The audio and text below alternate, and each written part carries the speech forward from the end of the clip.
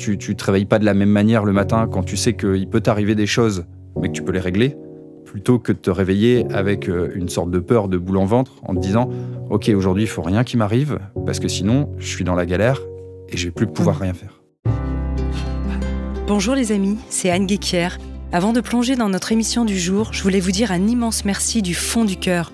Avec 85 millions d'écoutes du podcast Métamorphose depuis le début de l'aventure, c'est grâce à vous que nous avons pu inspirer tant de personnes à travers le monde, devenant ainsi le premier podcast bien-être et psy en France.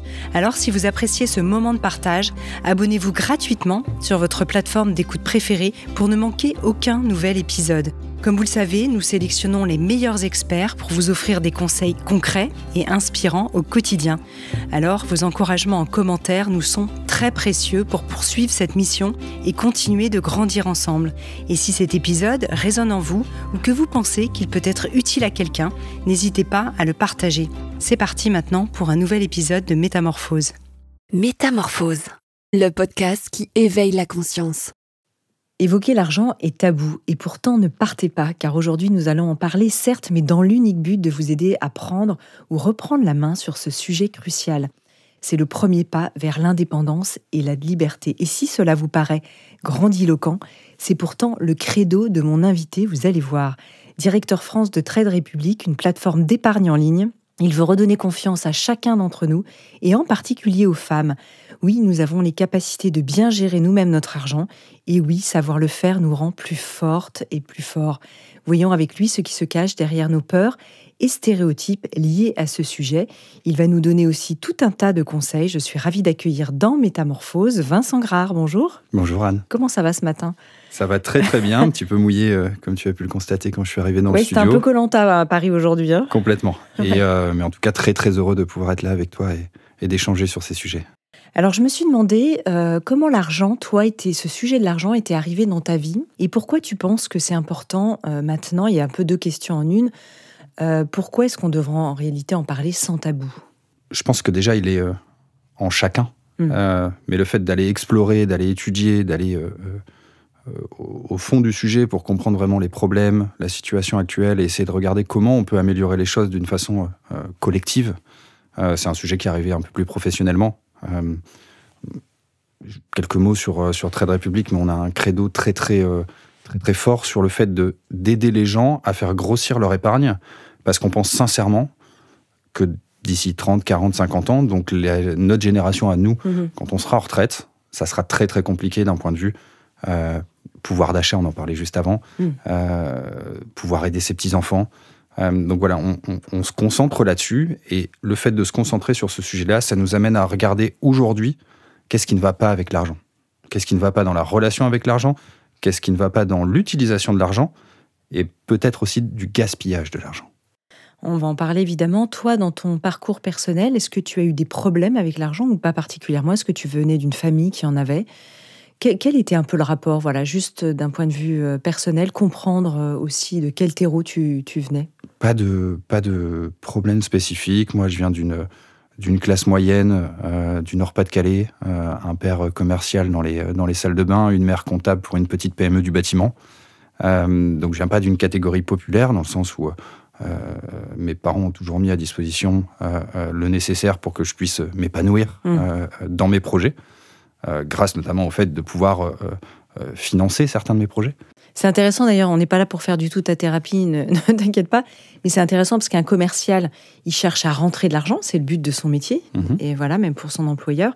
Et puis une comptable, elle gère l'argent, donc il y avait cet équilibre, un parfait équilibre, je dirais, même au sein de ta famille. Parfait équilibre, qui s'est totalement inversé le jour où mon père est tombé malade. Et qu'il n'a plus réussi du coup à gérer ce sujet-là, et où j'ai vu ma mère prendre un ascendant très très fort sur ces sujets d'argent, sur la maîtrise complète du budget de la famille. Ça a été assez, pas choquant, mais impressionnant pour moi de voir ce rebalancement complet des rôles vis-à-vis de l'argent, et même vis-à-vis de sujets plus personnels en termes de gestion de famille. C'est pour ça d'ailleurs que tu penses que c'est très important de traiter cette thématique des femmes et de l'argent qui reste encore un tabou, même si maintenant il y a des livres sur le sujet, on voit que ça évolue. D'ailleurs, je ne sais pas comment toi tu as vu évoluer cette thématique un peu ces dernières années. En fait, le sujet de l'argent, pour moi, c'est le sujet du non-gaspillage de l'argent. Actuellement, on parle beaucoup de transition écologique. Moi, j'aime bien parler de transition financière. On arrive à un stade où, collectivement et individuellement, on ne peut plus se permettre de gaspiller l'argent, pour différents facteurs. Hein. Le fait que les retraites en France, mais plus généralement en Europe, ne sont pas correctement financées, que le modèle ne tient plus. Le fait qu'on a une inflation, quand on regarde sur les 3 dernières années, le prix des objets, des choses de base ont augmenté au moins de 12%, ce qui est énorme. Les frais qui sont appliqués sur l'argent, notamment par les banques traditionnelles, qui viennent amputer de 1, 2, 3% chaque année, peu importe ce qui se passe, sur votre épargne. Donc l'accumulation de tous ces petits facteurs fait que, individuellement et collectivement, on ne peut plus se permettre de gaspiller. Les femmes, c'est encore plus grave, j'ai envie de dire, parce qu'il y a 2 facteurs. 1, malheureusement, aujourd'hui encore, les femmes sont moins payées que les hommes. Selon l'INSEE, c'est environ 15% de moins en moyenne. 2, les évolutions de carrière sont plus difficiles pour les femmes que pour les hommes, parce que les carrières sont un petit peu plus hachées, notamment quand il y a le cas d'une ou plusieurs maternités, par exemple. Mais à contrario de ça, elles vivent plus longtemps. C'est-à-dire que les besoins après la carrière, au moment de la retraite, vont être plus élevés, parce qu'il va falloir soutenir ce budget-là pendant une durée beaucoup plus longue que les hommes. Oui. Donc c'est pour ça que c'est vraiment important que les femmes s'emparent de ce sujet-là. Elles le font déjà. On a regardé, nous, de notre côté, comment les femmes se comportaient d'un point de vue épargne et utilisation de l'argent, et elles se comportent mieux que les hommes. Donc elles sont moins nombreuses à le faire, à prendre soin de l'argent, à l'optimiser, mais quand elles le font mieux que les hommes. Donc pour moi, c'est ultra encourageant. Ouais, et ça vient d'où d'ailleurs, ça ? Est-ce que c'est un stéréotype de genre ? Est-ce que c'est culturel ? Ou est-ce que c'est parce que la femme, finalement, elle est dans le care plus traditionnellement, mais de par la culture. Hein, et du coup, on lui demandait de faire attention à la nourriture pour que les enfants aient à manger. Est-ce que ça prend racine, finalement, très loin dans nos histoires ou... C'est interrogeant parce que... Ce que j'observe de mon côté, c'est que les femmes ont une vision beaucoup plus long terme que les hommes. Quand les hommes vont chercher à s'enrichir plus vite, les femmes vont être beaucoup plus rationnelles, beaucoup plus concentrées sur l'objectif réel, qui est d'augmenter son niveau de richesse, peu importe qu'on parte de 0, de 100 000 ou de 500 000, ça n'a pas de lien. Donc elles le font d'une manière beaucoup plus consciente, apaisée, rationnelle, et du coup elles obtiennent de meilleurs résultats. Parce qu'elles vont moins se mettre en risque sur ces sujets-là. Pourtant, on pourrait avoir le sentiment que chez la femme, comme chez l'homme, mais en tout cas, si on prend le pan, je faisais une émission il n'y a pas longtemps avec Marie Quirus sur l'écologie d'intérieur, il y a toute cette compulsion autour peut-être de la maison, on en parlait hors antenne, certaines personnes peuvent avoir des compulsions d'acheter des tapis, des sacs à main, des bottes, des vêtements, etc., qui est plus un stéréotype qui semble répandu chez les femmes, par exemple. Je partage pas totalement ce point. Je pense que les hommes ont aussi... d'autres types de compulsions. C'est une question. Hein. Déjà, c'est la même émotion. Oui. C'est cette compulsion de l'achat-plaisir. C'est une émotion, je pense, qui est partagée vraiment autant chez les hommes que chez les femmes. C'est simplement sur quel type d'objet que ça diffère. Oui. Cette émotion-là, elle est importante, mais il y a l'émotion contraire qui est également très, très importante. L'émotion contraire, c'est la peur. La peur de perdre l'argent. C'est celle qui va se retrouver, en fait, à la base de la pyramide de Maslow sur le sentiment de sécurité. Le fait d'avoir peur de perdre son argent, ça entraîne un sentiment d'insécurité. Et celui-là, on l'a probablement un peu tous en nous. Je pense que l'important, homme ou femme, et un peu plus chez les femmes pour les raisons qu'on a évoquées juste avant, mais le premier pas, ce serait d'avoir cette conscience émotionnelle. D'avoir conscience qu'on dépense, qu'on économise ou qu'on ne fait rien, donc ce côté paralysie aussi, c'est une émotion. Quand on a conscience qu'on ressent cette émotion, on a déjà une première... Et je pense que c'est comme dans tout type de thérapie, que ce soit des thérapies autour de l'amour, du bien-être ou autre. Je pense que toute base vient par la conscience du problème ou la conscience de l'émotion. Et c'est exactement la même chose pour l'argent. Pourquoi est-ce que l'argent en particulier cristallise autant? C'est parce qu'on a cette peur reptilienne de manquer?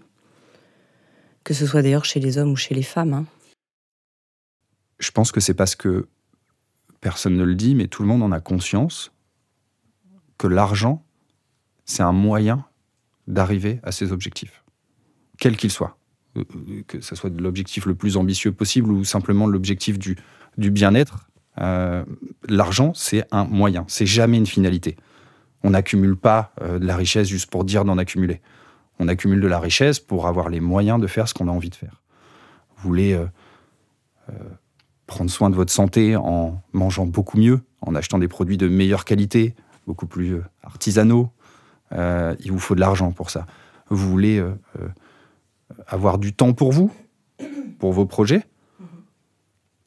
Il vous faut un peu plus d'argent pour ça aussi. Parce que si vous avez de l'argent, vous n'avez plus autant besoin de courir après le travail, ou en tout cas de travailler autant pour pouvoir vous concentrer sur vous. Donc, pour moi, c'est un point très très important. L'argent, c'est un moyen d'atteindre vos objectifs, et c'est en aucun cas une finalité.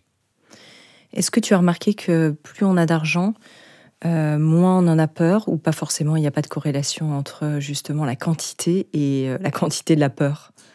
Oui, mais jusqu'à un certain stade. C'est-à-dire que une fois que tu as constitué une petite épargne de précaution, généralement on dit 2 à 3 mois de salaire en fonction de ton niveau de dépense, mais une fois que tu as cette petite épargne qui te permet de régler un problème vraiment imprévu qui va survenir, je ne sais pas, tu travailles à 40 km de chez toi, et un matin tu te réveilles, ta voiture est en panne, tu en as pour 1 000 € de réparation. Une fois que tu as ta petite épargne de précaution et que tu sais que tu peux taper dedans du jour au lendemain, payer cette réparation et continuer de vivre, enfin en tout cas d'aller au travail correctement, et bien déjà, passer cette étape-là, ton sentiment d'insécurité, il est vachement réduit. Tu ne te réveilles pas de la même manière le matin quand tu sais qu'il peut t'arriver des choses, mais que tu peux les régler, plutôt que de te réveiller avec une sorte de peur de boule en ventre en te disant « Ok, aujourd'hui, il ne faut rien qui m'arrive, parce que sinon, je suis dans la galère et je ne vais plus pouvoir rien faire. » Ça, tu l'as entendu comme type de retour des gens qui ont très peu d'épargne, qui ont cette peur-là? Complètement. Oui. Complètement. On a enregistré une émission, c'est pas moi, c'est Mathias Bacchigno, qui est le directeur Europe de Trade Republic, a enregistré une émission dans un autre média le mois dernier, une émission qui va sortir bientôt, où on a fait venir des personnes, des vraies personnes, qui ont des sujets d'argent. Mais dans les deux sens du terme. Dans le sens, je suis vraiment en galère, à la limite de l'interdit bancaire. Aidez-moi à reprendre le contrôle. Et en même temps, d'autres personnes qui, malheureusement, vont toucher un héritage suite à un décès dans la famille, et qui sont paralysées quant à cette arrivée d'argent imprévue, qui ne savent pas quoi faire, qui ont justement cette peur de le perdre, mais en même temps cette envie de l'optimiser, un peu aussi potentiellement en mémoire de la personne de qui on le récupère. Et dans tous les cas, ces gens sont en fait paralysés parce qu'ils ont perdu le contrôle. Oui, donc ça répond aussi à cette question par rapport aux gens qui ont beaucoup d'argent. On le voit d'ailleurs dans les cas de personnes qui peuvent gagner au loto, qui ont un héritage, qui sont souvent pas forcément plus heureux, et que ces gens-là peuvent avoir après peut-être pas mal de problèmes. Alors ça, c'est un cas un peu atypique. C'est une somme d'argent qui peut arriver d'un seul coup. C'est-à-dire qu'elle n'a pas été forcément générée par la personne elle-même. Oui, et puis je pense que tu n'as pas la même relation avec de l'argent que tu pourrais gagner, je ne sais pas, dans le cas, en effet, d'une loterie ou d'autres, que dans le cadre du travail, par exemple. Je pense que tu portes pas la même attention à cet argent. Je pense que tu as plus peur de perdre de l'argent pour lequel tu as travaillé un certain nombre d'heures pour l'acquérir, plutôt que celle qui t'a un peu tombé dessus, comme ça. Donc oui, c'est vraiment pas simple, en fait, de gérer ce type d'émotion, parce que peu importe l'émotion, elle va potentiellement soit t'empêcher d'agir, soit te faire suragir. Donc la dépense compulsive ou la paralysie. Et dans les deux cas, ça va t'amener dans un système où, déjà, tu perds la maîtrise, et deux, tu n'optimises pas ton argent. Donc, vraiment, tout l'important du sujet et le message que j'ai envie de faire passer à ton audience aujourd'hui, déjà, c'est de dire, c'est normal. C'est normal de ressentir des émotions face à l'argent. C'est normal d'être paralysé quand on ne sait pas quoi faire avec son argent. C'est normal d'avoir des envies compulsives d'achat par moment. C'est vraiment normal. Donc, il n'y a pas de culpabilité à avoir là-dessus. Si vous n'êtes pas en contrôle de votre argent, de votre budget, c'est parce qu'on ne vous a jamais expliqué. Mmh. C'est parce qu'on n'apprend pas à l'école à gérer un budget. On n'apprend jamais à personne à optimiser l'argent. Le phénomène des intérêts composés, on ne l'apprend à personne. Le phénomène de l'inflation qui vient manger votre pouvoir d'achat, on ne l'apprend à personne. On va le lire dans la presse, parce que c'est un sujet d'actualité, mais jamais on nous a appris, je ne sais pas, au collège, au lycée, comment se comporter avec l'argent et quels sont les mécanismes simples qui vont venir impacter ce sujet d'argent. Alors toi, si tu avais des conseils à partager pour faire le point justement sur sa manière de gérer son argent, par quoi il faut commencer ? Qu'est-ce qu'on pourrait faire ? Par exemple, si on a toujours été, alors il y a plusieurs cas de figure, mais si on a toujours été un peu panier percé, la personne qui a des dépenses un peu compulsives ou qui est paralysée par la gestion de son budget. Moi, j'entends souvent des gens autour de moi qui disent moi, j'ai une petite somme d'argent, j'ai une petite épargne, puis finalement, je ne sais pas trop quoi en faire. Enfin, c'est des questions que, évidemment, vous devez avoir tous les jours. Mais concrètement, comment est-ce qu'on fait pour démarrer cet apprentissage ? La première étape, après, elles sont toutes indispensables, mais la première étape, et elles vont dans l'ordre, c'est celle que tu as mentionnée dans ta question, c'est le budget. Le budget, c'est vraiment indispensable. Tu ne peux pas reprendre la main, tu ne pourras pas maîtriser tes émotions et tu ne pourras pas planifier tes projets si tu ne reprends pas la main sur ton budget. Après, c'est à chacun de déterminer quelle est la meilleure manière. Moi, je sais que je le fais en couple, une fois par mois. On regarde ce qu'on avait prévu en termes de budget le mois précédent, on regarde ce qu'on a effectivement dépensé, on regarde ce qu'on peut optimiser. Il y a toujours des dépenses qu'on peut optimiser. La salle de sport à laquelle tu n'es pas allé depuis 5 mois, l'abonnement à un magazine que tu lis plus. Voilà, il y a toujours des dépenses à optimiser. Mais l'important pour ça, c'est de tenir un budget. Tenir un budget, c'est quoi ? C'est classifier ses dépenses. Alors, quelles seraient les catégories ? Tu as 3 catégories de dépenses. La première, c'est les dépenses dites obligatoires. C'est celles auxquelles tu ne peux pas échapper. C'est payer ton loyer ou rembourser ton crédit de ton logement. On revient sur la pyramide de Maslow, là. Ta facture d'électricité, tes impôts, ta taxe d'habitation, quoique elle est partie celle-ci, donc la taxe foncière par exemple si tu es propriétaire, ainsi de suite. C'est vraiment toutes les dépenses qui sont nécessaires pour vivre. Voilà, tu peux pas y échapper, quoi. Ta nourriture et ainsi de suite. Ça, généralement, dans un budget, ça représente quasi 50%, en moyenne en France. On dit que le loyer, ce serait quoi, un tiers des dépenses à peu près, c'est ça ? Bah, ça dépend évidemment si tu habites en région parisienne, si tu habites plutôt dans une petite ville de province, ça va être complètement différent. Donc quand je dis 50%, c'est une moyenne et chacun adapte en fonction de son propre budget qui est adapté aussi à ses revenus. Donc tu as cette première catégorie-là qui est de dépenses obligatoires auxquelles on ne peut pas échapper et qu'il faut accepter, mais simplement il faut en avoir conscience. Deuxième partie, c'est tout ce qui est lié à ton train de vie. Tes sorties, tes restos, tes envies particulières d'acheter des vêtements, tes vacances, et ainsi de suite. Oui. Ta salle de sport, là, que tu mentionnais. Ta salle de sport, si tu vas au sport. C'est tout le lifestyle. C'est tout le lifestyle, et c'est sur celui-ci que tu dois porter une attention qui est très très forte, et pointer les dépenses, et te poser la question, est-ce que c'était vraiment utile ? Qu'est-ce que ça m'a apporté ? Et si ça t'a apporté quelque chose, bien sûr, il faut le conserver, parce que le but, c'est pas non plus de se priver, de se restreindre, et de devenir malheureux, j'ai envie de te dire. Donc ça, c'est cette deuxième partie de dépenses. Et la troisième catégorie, c'est celle que tu vas mettre de côté pour préparer ton avenir. C'est l'épargne. L'épargne et l'investissement. D'accord, ouais, c'est parce qu'un projet, les deux volets. Si c'est pour dans 30 ans, oui. C'est plus de l'épargne, c'est de l'investissement. Il faut optimiser cet argent-là. L'épargne, c'est l'épargne de précaution, les 2 à 3 mois de salaire qu'on a évoqués tout à l'heure, qui te permettent de te lever le matin d'une meilleure humeur et surtout sans cette pression pour les coups durs, quoi. Exactement. L'investissement, qu'est-ce que tu mets dedans? Tu peux mettre l'achat immobilier. Qu'est-ce qu'on pourrait avoir si on liste quelques exemples? Peut-être t'expliquer la différence entre épargne et investissement.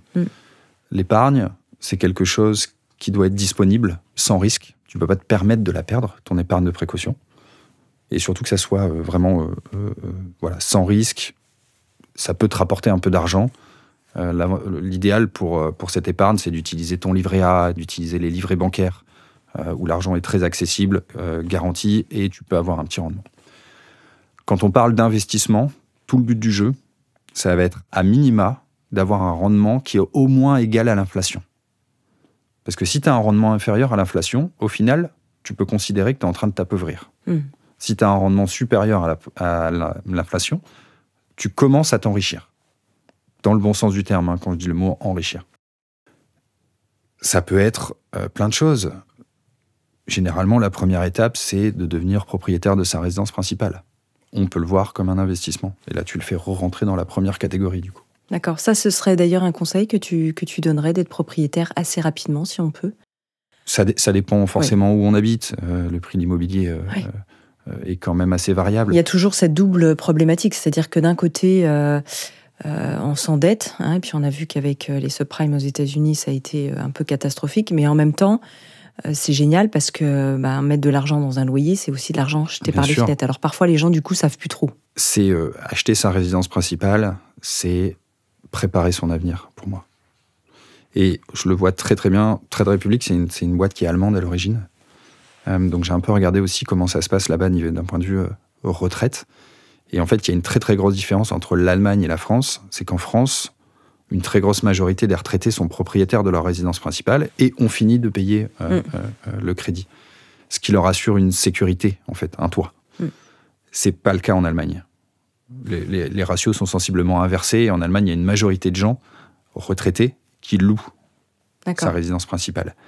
Si leur retraite n'est pas suffisante, ils se mettent en danger d'un point de vue de logement.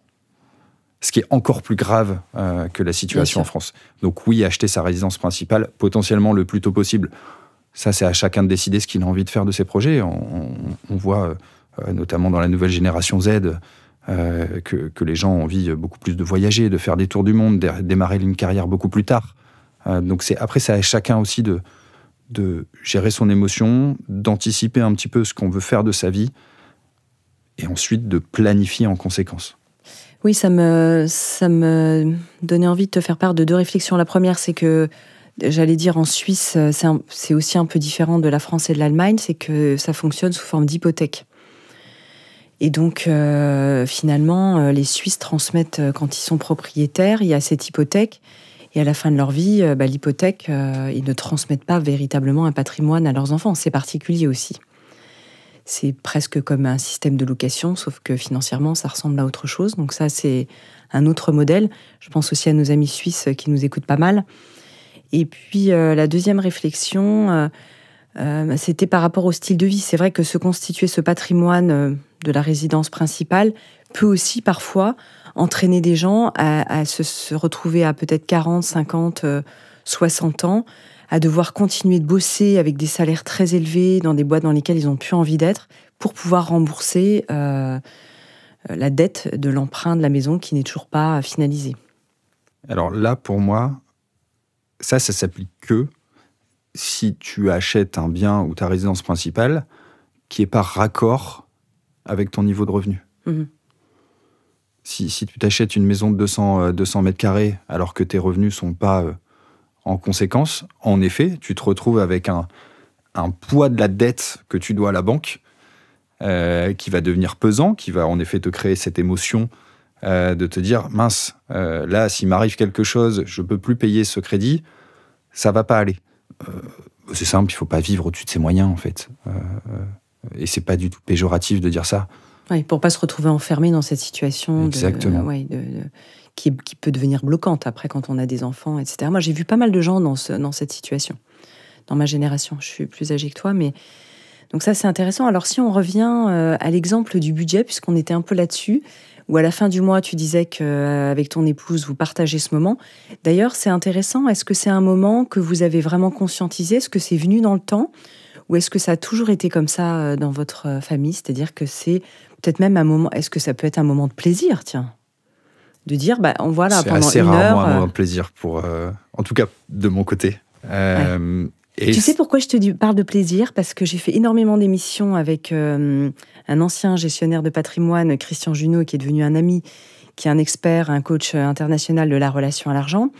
Et lui, il dit que quand on change de posture intérieure et qu'on trouve du plaisir à payer ses factures, à payer ses salariés, en se disant, finalement, quand je le fais, avec plaisir, oui, en fait, j'ai conscience qu'il y a eu un service rendu. Je paye mon énergie, je paye ma facture d'énergie parce que ça me chauffe. Et du coup, je suis contente de payer cette facture au lieu de dire, mince, c'est la corvée des factures. Et j'ai trouvé ça super intéressant, ce retournement en fait de posture intérieure. C'est pour ça que je te disais ça. Je suis complètement aligné avec toi sur l'acceptation. Oui. Et en fait, le sujet, c'est quand tu payes une facture, c'est pas l'argent, c'est le service qui t'est rendu en contrepartie de ça. Et à partir du moment, partir du moment où tu penses que le service rendu n'est plus à la hauteur de ce que tu as payé, là, tu commences à avoir un petit problème d'émotion aussi intérieure avec toi et avec la personne ou l'entreprise qui t'a rendu ce service. Et je pense que plus on vieillit aussi, plus on a ce réflexe de se dire c'est plus cher qu'avant alors que c'est le même service. Plus on ressent cet effet de l'inflation sur ses émotions. Sauf qu'en fait, il faut un petit peu faire le deuil de ça. Parce que l'argent, c'est comme la vie, c'est comme l'amour, c'est comme plein d'autres sujets personnels. C'est quelque chose qui est en perpétuel mouvement. Le passé, le présent, le futur. Et on est, en tout cas en Europe, dans un continent et dans une situation économique où l'inflation... On a toujours de l'inflation, si tu veux. Qu'elle soit maîtrisée à environ 1% par an ou beaucoup moins maîtrisée comme il y a 2 ans à plus de 5%, c'est quelque chose qui est là, en fait. Et on n'est pas en contrôle de l'inflation. Jamais. On ne peut pas prendre le contrôle de ce qui se passe à l'extérieur. La seule chose que tu peux contrôler, c'est ce que tu fais toi avec ton argent. Alors justement, revenons-en sur ce plaisir ou non-plaisir mensuel de faire le budget. Donc ça, c'est vraiment quelque chose peut-être, entre guillemets, à ritualiser pour savoir, pour être en conscience, comme tu l'as très bien dit, où on en est par rapport à nos dépenses. Est-ce que celle-là, finalement, je l'ai faite, elle était intéressante ou pas? Peut-être que oui, c'était mon bon plaisir et c'est OK. Peut-être que non, donc peut-être le mois prochain, je vais faire un peu différemment. Donc ça, je trouve que c'est intéressant. Ensuite, d'un point de vue plus global, quelqu'un qui nous écoute en se disant, moi j'ai un peu d'argent de côté, exactement le cas que tu disais, je ne sais pas quoi en faire. Qu'est-ce que tu pourrais lui suggérer? De commencer par quoi dans sa réflexion? De se poser la question, dans combien de temps cette personne aura besoin de cet argent-là? Quelqu'un qui reçoit de l'argent de façon inhabituelle, elle doit se poser la question mais à quel projet cet argent va-t-il servir? Est-ce que j'ai envie d'utiliser cet argent pour ma retraite, pour pouvoir aider mes petits-enfants à ce moment-là? Est-ce que j'ai envie de m'acheter en fait une sorte de sécurité intérieure en me disant tiens, je le mets, je l'investis et ça servira à mes enfants si jamais je suis moi dans une situation de dépendance, qui doivent me placer en EHPAD pour pas que ça soit eux qui doivent payer, par exemple. Donc c'est à chacun de se poser la question de ce projet-là. Une fois que le projet est déterminé, en fonction de quand ce projet devra être réalisé, donc quand on aura besoin de l'argent, dans ce cas-là, on choisit soit de l'investir, soit de l'épargner. Mais à partir du moment où ton projet, c'est dans plus de 5 ans, c'est obligatoire d'investir son argent, d'aller bénéficier des fruits de la croissance économique pour générer un peu d'intérêt qui soit supérieur à l'inflation. Oui. Sinon, en fait, cet argent, il grignotait tous les ans et te fait perdre ton pouvoir d'achat. Et ce serait dans quel type, par exemple, de placement, d'investissement? Si tu regardes ce qui a le mieux fonctionné sur les 30 dernières années, c'est les actions. Donc, acheter une part d'une entreprise qui est cotée en bourse. C'est pas facile. De façon générale, on n'explique pas aux gens comment faire. Personne ne le fait, sauf potentiellement la presse qui est un peu spécialisée, mais du coup beaucoup moins accessible. Sauf qu'on a la chance maintenant d'avoir depuis quelques années, une bonne dizaine d'années, des produits financiers qui te permettent de simplifier ce sujet-là. C'est des produits financiers qu'on appelle les ETF, et en fait c'est simplement des paniers qui regroupent plein d'actions. ETF pour Exchange Traded Fund. Désolé pour l'anglicisme. Non, mais c'est bien comme ça, on sait. C'est un nom horrible. C'est pas du tout parlant, c'est pas du tout dédié à monsieur et madame tout le monde, comme on dit. Mais par contre, le concept est ultra bien. C'est des paniers d'actions qui peuvent en regrouper énormément. Plus de 1000, plus de 2000, plus de 3000 actions. Et ainsi, si tu sais pas quelle action choisir, c'est pas grave. Tu achètes un ETF et tu vas toutes les acheter, du coup, les actions. Voilà, tu répartis. Alors, en même temps, tu dis...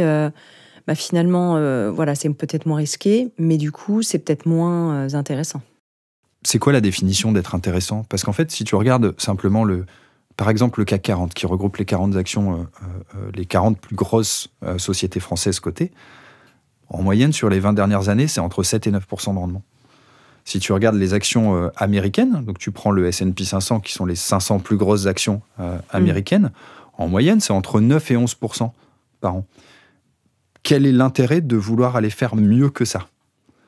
Tu prends un ETF du CAC 40, tu fais entre tes 7 et 9% annualisés par an. Donc ça, c'est à partir du moment où tu restes à minima 5 ou 6 ans, parce que bien évidemment, une année, ça peut faire plus 10, une autre année moins 2, et ainsi de suite. Tu vois, par exemple, le CAC 40, là, depuis le début de l'année, il est à moins 3%.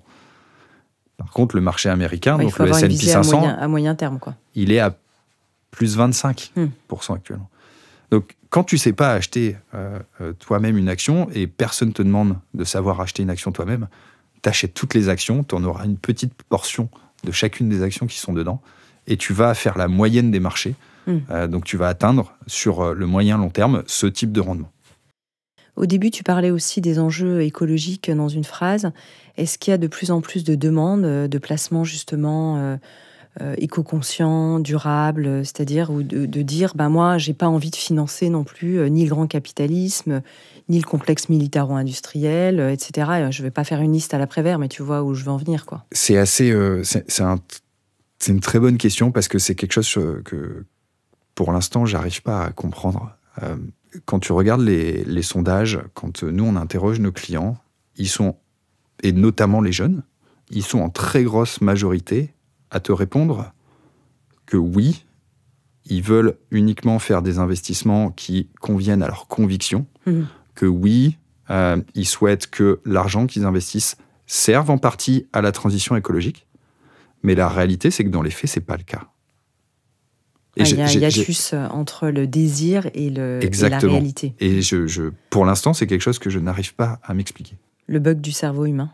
On revient sur ce que dit le neuroscientifique Sébastien Boller, qui est en partie vrai, qui est qu'il y a cette compulsion et cette addiction, entre guillemets, au plaisir qui parfois passe devant la recherche de sens. Pas toujours, mais qui est toujours une balance un peu entre les deux. Tu as des raisonnements qui sont un peu à l'inverse aussi. Par exemple, tu peux te dire, je ne souhaite pas investir dans Total Energy, par exemple, parce que... Pour ne pas les citer. C'est du pétrole. Oui. Mais tu vas voir pourquoi je les cite. Ça me dérange pas du tout dans Métamorphose. C'est une réflexion que j'ai. Mais en même temps, est-ce que c'est pas aussi les mieux placés pour faire cette transition écologique-là ? Est-ce que c'est pas cette entreprise-là qui a le plus d'argent, de liquidité disponible pour investir dans cette recherche-là et travailler les énergies nouvelles ? C'est ce qui s'est passé notamment en Norvège, où l'équivalent de Total Energy, donc le pétrolier norvégien, a fait une complète transition énergétique. Donc c'était, je ne sais plus, 80%, il me semble, de ses revenus qui étaient liés au pétrole. Ils se sont dit, maintenant, dans 5 à 10 ans, ça va être moins de 30%. Et ils y sont arrivés. Donc en fait, est-ce que investir dans ce type de boîte, c'est anti-écologique ? La question se pose aussi. Mais c'est pas mon avis personnel que je suis en train de donner. Puis c'est des dossiers qui sont éminemment complexes. C'est du cas par cas. Ça dépend des boîtes, ça dépend des dirigeants, ça dépend si c'est une intention de greenwashing ou pas. Il y en a énormément. Donc c'est vrai que peut-être ça pourrait faire l'objet d'un autre débat avec des experts du sujet. L'avantage, Anne, quand tu es actionnaire de ça, c'est que tu peux faire changer les choses de l'intérieur. Et pour rester sur le cas de Total, il y a 3 ou 4 ans, il y a un groupement d'actionnaires qui représente à peu près moins de 1% du total des actionnaires. De Total, désolé pour... Le total du total ? Exactement. ils ont réussi à mettre au vote lors d'une assemblée générale une résolution visant à aligner l'activité de Total sur les accords de Paris. Donc les accords de Paris qui visent à une réduction de l'émission des gaz à effet de serre. Eh bien, c'est 1% d'actionnaires, ils ont récolté 17% des voix. Donc la résolution n'a pas été adoptée, mais ils ont réussi à imposer au conseil d'administration de réfléchir à la question et ils ont mis ça au vote. Donc en fait, ces gens-là commencent à réussir à faire changer les choses de l'intérieur. Et donc c'est aussi ça le fait d'être actionnaire, d'investir dans une entreprise, d'acheter une action de cette entreprise. Tu récupères une partie des bénéfices, des fruits de la croissance, via les dividendes, via l'augmentation de la valeur de cette action. Mais également, tu peux faire un acte, j'ai envie de te dire, citoyen, d'influencer les décisions stratégiques des entreprises. Et pour moi, ça, c'est vraiment très important parce que actuellement, c'est très sous-utilisé en France. C'est ce que font dans une autre échelle les grands patrons qui rachètent des groupes de presse, etc., pour avoir la main sur les choses. Je dirais que est-ce que c'est fait? Comment c'est fait? Est-ce que c'est fait effectivement par le peuple démocratiquement qui cherche à faire bouger des lignes en rachetant soit des actions, soit des parts de voix d'une manière ou d'une autre, et pour aboutir à un résultat. Alors tiens, si on revient, j'aime bien cet exemple.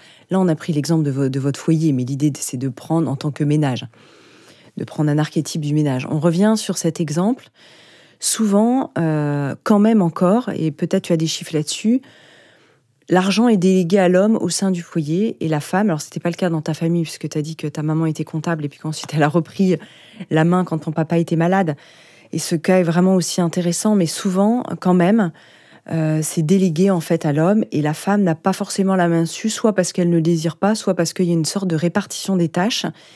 Est-ce que toi, tu penses que c'est bien que, au sein d'un foyer, finalement, il y a un équilibre entre les deux personnes?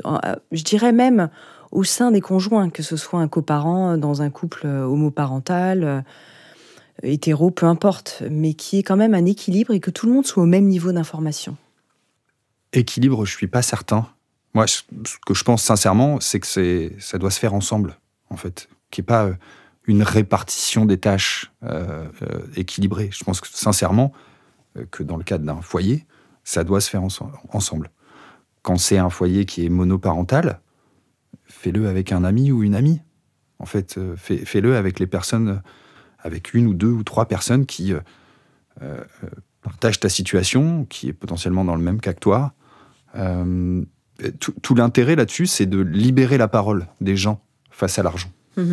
Quand tu regardes les statistiques, en 98, 50% des gens avaient répondu il y a eu un sondage, et 50% avaient dit que parler d'argent, c'était immoral.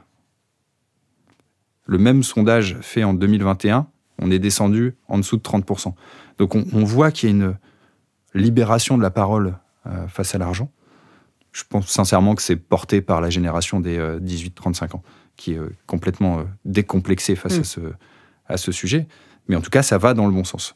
Je suis d'accord avec toi, en fait, sur le fait que dans certains foyers, c'est encore les hommes qui gèrent. Et en vrai, la vérité, je pense sincèrement que c'est les femmes qui gèrent le budget du quotidien et les hommes les investissements. Et en effet, c'est quelque chose qui doit changer.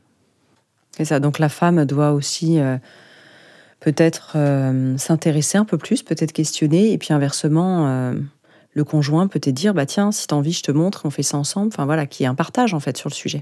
C'est un sujet commun.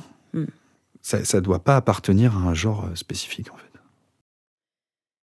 Alors tiens, j'avais envie de prendre le cas d'une personne qui n'a jamais fait vraiment ses comptes, qui n'a pas trop suivi ses dépenses du quotidien, mais qui reste dans le vert, c'est-à-dire qui n'a pas vraiment qui a une situation qui est satisfaisante, et qui peut même avoir de l'argent sur son livret d'épargne, c'est-à-dire de côté, donc qui n'est pas dans le cas SOS dont tu parlais tout à l'heure.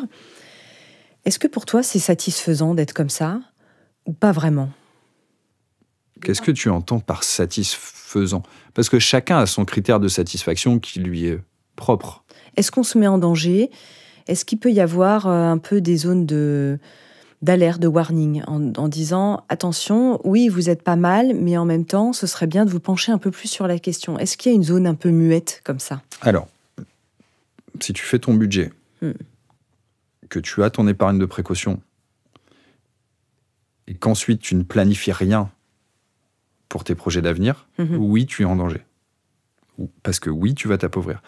Parce que tu ne sais pas le montant que tu auras en termes de retraite au moment où tu y seras. C'est des choses vraiment qu'on ne maîtrise pas. Tu as constaté la réforme des retraites d'Emmanuel Macron il y a quelques années, enfin l'année dernière, qui est maintenant elle-même en danger. D'ici à ce qu'on soit, nous, en retraite, combien de gouvernements on va avoir? Combien de réformes des retraites on va avoir? C'est vraiment quelque chose sur lequel on n'est pas du tout en maîtrise. La seule chose sur laquelle tu es en maîtrise, c'est ce que tu fais de ton argent à la fin du mois. Et donc, si cette petite partie, une fois que tu as fait ton budget, une fois que tu as ton épargne de précaution, le restant, tu ne l'investis pas, oui, tu es en danger pour ton avenir. Donc ça, c'est intéressant d'avoir en tête, sachant que ça dépend de quelle génération on parle. C'est-à-dire que peut-être que quand on a 20, 30 ans, même 40, la retraite, ça part encore assez loin. Et puis forcément, plus on va s'en rapprocher, plus on va se dire « Oups, peut-être où j'en suis ». C'est vraiment le truc de la cigale et la fourmi, quoi. Complètement. Et c'est très dommage parce que, par exemple, si tu commences à t'intéresser au sujet à 50 ou 55 ans, tu ne peux plus investir de la même manière.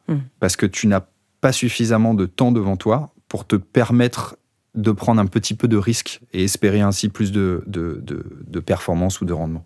On peut encore quand même le faire ou c'est plus compliqué?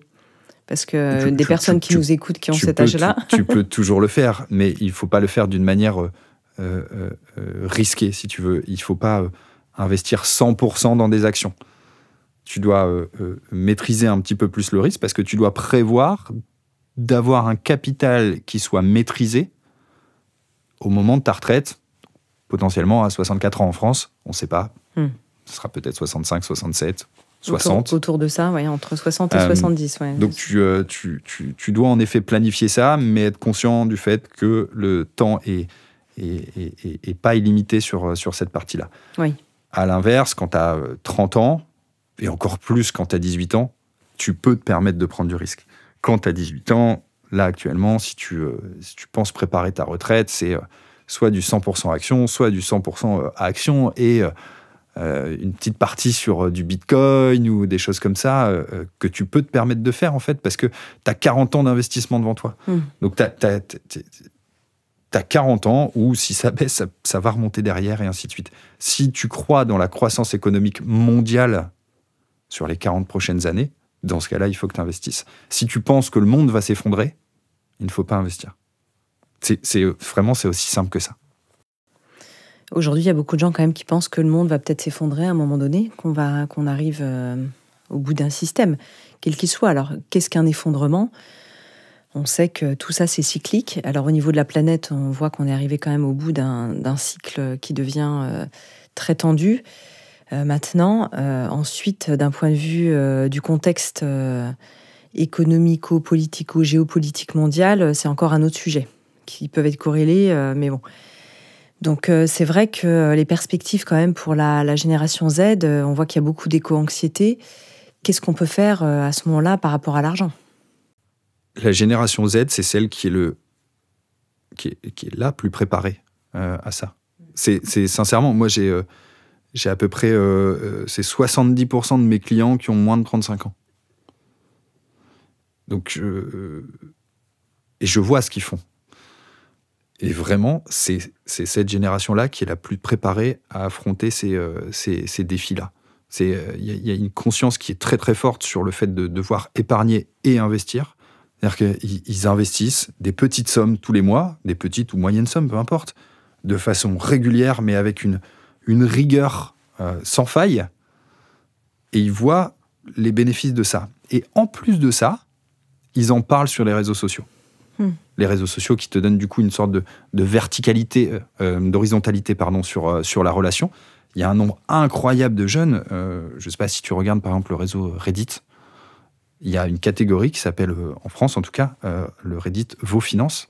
Il y a 350 000 personnes dessus qui parlent de sujets d'argent. Qui te disent, bah voilà, moi j'ai prévu ça, j'ai tel âge, je gagne tel revenu, j'épargne autant tous les mois, je mets mon épargne sur ça, sur ça, sur ça.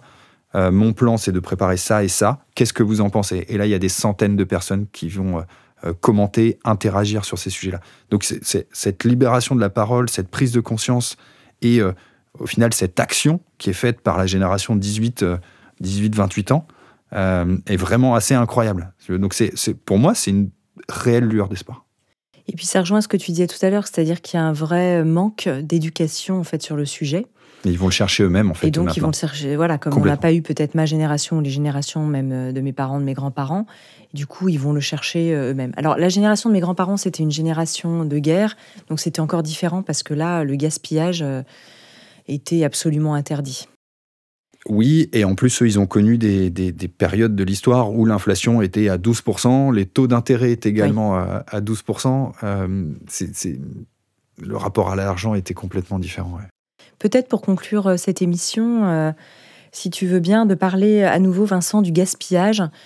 Comment est-ce qu'on peut reprendre le contrôle par rapport au gaspillage et le contrôle dans le bon sens du terme, parce que l'idée, c'est pas de devenir contrôle fric sur le sujet, et d'être psychorigide, parce qu'on est là aussi pour vivre et se sentir bien. Et puis, ça peut aussi impacter les autres quand on est trop rigide, mais en même temps, lutter contre peut-être ce gaspillage, ou en tout cas en comprendre les mécanismes et les ressorts est vraiment intéressant. Tu as mentionné au cours de cette émission la notion de pot percé. Panier. Ou de panier percé. Ouais, c'est exactement ce qui est en train de se passer. Il faut être conscient qu'on n'arrivera jamais à combler tous les trous. Parce qu'il y a un trou qu'on n'arrive pas à combler, c'est le trou de l'inflation. Ça, c'était la première étape, en fait. C'est la conscience. T'as la conscience émotionnelle. Évidemment, deuxième étape, faire ton budget, faire ton épargne de précaution et ensuite planifier tes projets d'avenir. Une fois que tu as fait ça, là où le gaspillage est le plus important, c'est sur l'optimisation de l'argent. Il faut faire attention aux frais qu'on te prend sur ton argent et aux intérêts qu'on ne te donne pas. Je vais juste citer 2 exemples. En moyenne, dans les banques traditionnelles, donc j'exclus tout ce qui est banque en ligne, j'exclus tout ce qui est néobanque, dans les banques traditionnelles, les frais sur l'épargne, c'est 2% par an. Ça veut dire que peu importe ce qui se passe, ta banque te prend 2%. Que tu gagnes de l'argent, que tu en perdes, elle te prendra en plus 2%. Ça me révolte. D'une manière personnelle, ça me révolte parce que le service qui est fourni n'est pas du tout à la hauteur. Donc ça, c'est un premier point. Pourquoi est-ce qu'il n'est pas à la hauteur, le service fourni ? En termes de service client, en termes de quoi, par exemple ? En termes de produits, si tu veux. Quand tu vas mettre... Parce que je dis ça parce que c'est difficile peut-être d'évaluer, justement, combien coûte ce service. On n'a pas forcément conscience. C'est pour ça qu'on peut se dire... C'est une réponse qui est très, très difficile à répondre. Et le plus simple, c'est d'aller dans les frais qui sont les moins chers. J'entends par là les frais récurrents. En fait, quand on te prend des frais de gestion, donc tous les ans, peu importe s'il y a un service ou pas, je trouve ça quand même incroyable comment on laisse faire ce genre de choses. Quand on te prend 2% de ton contrat d'assurance vie, pourquoi ? Pour que le jour où tu meurs, l'assureur va faire un virement aux bénéficiaires ? C'est ça le service ? C'est quand même très très incroyable. Donc vraiment, le sujet pour moi, c'est les frais. Parce que si tu arrives à faire, je sais pas, 5% de rendement, que tu as 3% d'inflation et qu'en plus on te prend 2% de frais, au final, tu es à 0. Donc on fait attention. Donc après, ça veut dire que si tu veux faire 2% réellement, il faut que tu fasses 7%. Donc tout ce qui vient t'empêcher de t'enrichir, donc les frais, il faut vraiment y porter une attention qui est très très forte. Il y a un deuxième sujet en France, et un peu globalement en Europe, c'est l'optimisation de l'argent. Tout le monde s'est habitué au fait qu'on ne touche pas d'intérêt sur l'argent qu'on a sur son compte courant. Là, on voit bien le hiatus, oui. C'est quelque chose qui nous a interpellés, en tout cas chez Trade Republic. C'est quelque chose qu'on corrige avec ce qu'on peut. On a d'ailleurs redonné 1 milliard d'euros d'intérêt à nos clients sur les 18 derniers mois. Mais c'est quelque chose qui est en train de changer d'un point de vue européen. On essaie de mettre les autres banques au pas. Donc, optimisez votre argent. Si vous laissez de l'argent sur les comptes courants, en moyenne, c'est 18 000 euros en France. il y a 550 milliards d'euros sur les comptes courants. Ça représente à peu près 400 euros par an, en moyenne, par ménage, d'intérêts qui ne sont pas perçus. C'est vertigineux. Donc tu vois, tout est une question d'optimisation. Et quand je te dis qu'il faut arrêter de gaspiller l'argent, c'est ces points-là. Il faut arrêter de laisser de l'argent sur des produits d'épargne qui te prennent 2% par an. Il y a plein de solutions qui sont beaucoup plus justes pour l'argent des gens. On a essayé de faire changer le modèle français de non-rémunération des comptes courants, parce qu'en fait, c'est ton argent, donc c'est toi qui dois toucher les intérêts, c'est pas ta banque. Parce que ta banque, elle les garde, les intérêts. Ou elle se sert de ton argent pour financer des crédits, ainsi de suite, mais les intérêts qu'elle perçoit de ces crédits, elle les garde, elle ne te les donne pas. C'est pas ma conception des choses. Nous, c'est votre argent, c'est vos intérêts.